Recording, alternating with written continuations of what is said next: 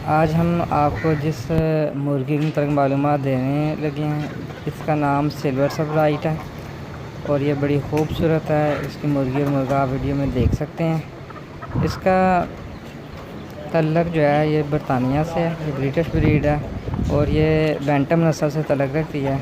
और ये रिकॉर्ड के लिहाज से देखें तो ये सबसे पुरानी ब्रिटिश बैंटम है और ये बड़ी चुस्त होती है, बड़ी एक्टिव होती है। ये आम मुर्गियों से उड़ान भी ज़्यादा बढ़ती है और बड़ा दोस्ताना माहौल इसका होता है। ये काटती नहीं, बच्चों या बड़ों को किसी को भी नहीं।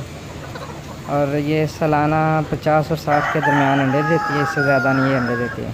और इनका वज़न मुर्गे का कुछ 2.5 पाउंड होता है और मुर्गी का 2 पाउंड होता है। और लोग इनको सिर्फ खूबसूरती के लिए ही रखते हैं, ना अंडों के लिए ना गोश्त के लिए, क्योंकि ना इनका इतना गोश्त है और ना ही ये बहुत ज़्यादा अंडे देती हैं। और खुराक भी बहुत नॉर्मल खाती हैं और तंग भी नहीं करती और खूबसूरत हैं। तो इसमें 2 नस्लें पाई जाती हैं। अभी आपको हम सिल्वर सब्राइट दिखा रहे हैं।